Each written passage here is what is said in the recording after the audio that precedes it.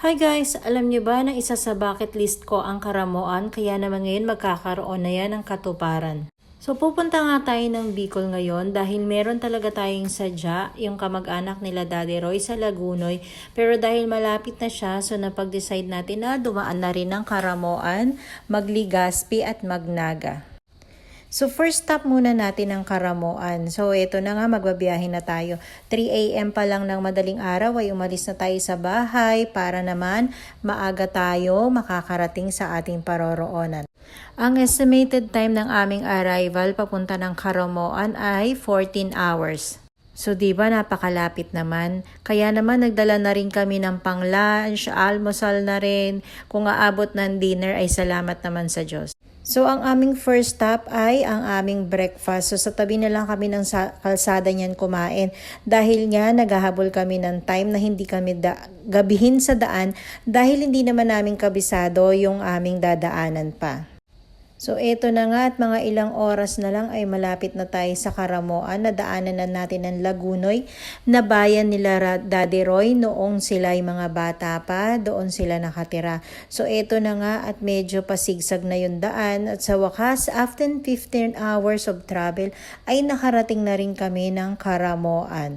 So ayan na nga guys. Yung mga hipag ko pala at yung aking bayaw ay nauna na dito dahil nag-commute lang sila. So eto at nakahanap kami ng matutuluyan dito, yung Residencia de Salvacion. Buti na lang guys, nung pumunta yung mga hipag ko dito, meron pa talagang natitirang 2 kwarto. So kasi naman ay dami rin palang nagpupunta dito ngayong panahon na to. So ayan na guys, dahil medyo pagod na nga si Daddy Roy sa pagdadrive ay nahiga muna siya dyan. So ako naman habang nakahiga si Daddy Roy, chinecheck ko yung loob ng aming matutuluyan. Syempre kasama na dyan ang CR na dapat ay maganda at malinis. So meron siyang 2 bed na para sa amin. So si Daddy Roy, ako, si Kobe naman at si Kuya Yuri ay magkatabi. Tapos sa kabilang rooms naman, sila RC, si Nesfi, yung magpamilya at saka si Mama Soyla. So nakuha nila to yung room na to ng 6,250, 2 rooms na yan. So, meron na yung kasamang pre-breakfast, tapos unlimited coffee, o diba saan ka pa? Tapos naman nung gabi, habang nakapagpahinga na at natapos na kaming mag-dinner, ay umikot-ikot naman kami ni Daddy Roy at nagmuni-muni. Napakaganda ng lugar guys. So kung meron kayo balak na pumunta sa Karamoan, book na kayo dyan. So ayan na mga kinaumagahan, ay nag-island hopping na nga kami. Inoffer naman din ito ng hotel na tinutuluyan namin. So bali ito ay 3,250 dahil naman ito ay short trip lang. 3 hours lang yung aming trip dyan. So yan na yung dinala na namin yung aming breakfast para dito na namin kainin sa pagtutour namin. Meron din dyang isa pang yung whole day tour naman, parang 4,250 siya. So ma-enjoy nyo na yan buong maghapon nyo. Mag-swimming kayo dun sa mga areas na pupuntahan. Yung sa amin kasi is 4 island lang yung aming pinuntahan dahil nga short trip lang yan. Tapos hindi rin namin mapupuntahan yung isang island ng kung saan pinagsushootingan ng Survivor.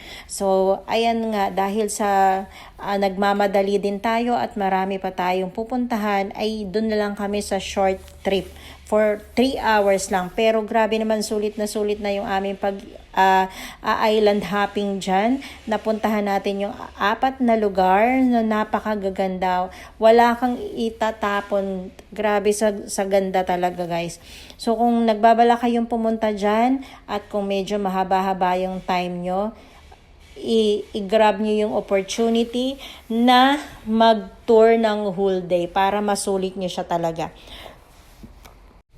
Si Kobe nga ay ayaw pa sanang umalis, kaya lang kasi wala na talaga kaming choice dahil aabutan na rin kami ng 10 a.m. So kailangan na namin mag-check out, kaya naman nagmuni-muni lang ng konti, picture taking at swimming na lang din ang mga konting sandali dahil 10 a.m. kailangan nating makabalik dun sa ating hotel. So ayun na nga guys. Ito yung lugar na hindi mo nagugustuhin umalis dahil sa sobrang linaw ng tubig, ganda ng buhangin ay ayaw mo na talagang tantanan sana ang paliligo. Kaya lang ay kailangan nating umalis. So ayan na nga, pagkatapos nating maligpit ang ating mga gamit at umalis ng hotel, ay hahanapin naman natin ngayon ng St. Michael Arcangel Parish Church na malapit lang naman sa ating tinuluyan, which is 20 minutes away lang. So madali lang naman siya. Medyo rough road pero okay lang naman. Kayang-kaya naman ng sasakyan natin yan. So katulad ko rin ba kayo guys na pag pumunta sa isang lugar, meron dapat mapuntahan na isang simbahan, hindi dahil sa kung ano pa man, pero gusto mo lang magpasalamat dahil sa magandang travel, yung safe travel natin, di ba? Tapos yung makikita mo rin yung mga lumang simbahan dun sa lugar na yun, napakaganda pa rin. Katulad nitong pinuntahan nga natin na St. Michael Arcangel. Sobrang ganda niya. Yung labas niya is puro bricks. So, may enjoy nyo rin talaga dyan mag-church. So, ayan na nga at palabas na tayo ng Karamoan. At ang ating next destination naman ay abangan sa susunod na vlog. So, ayun lang muna guys. Bye-bye. See you on my next vlog.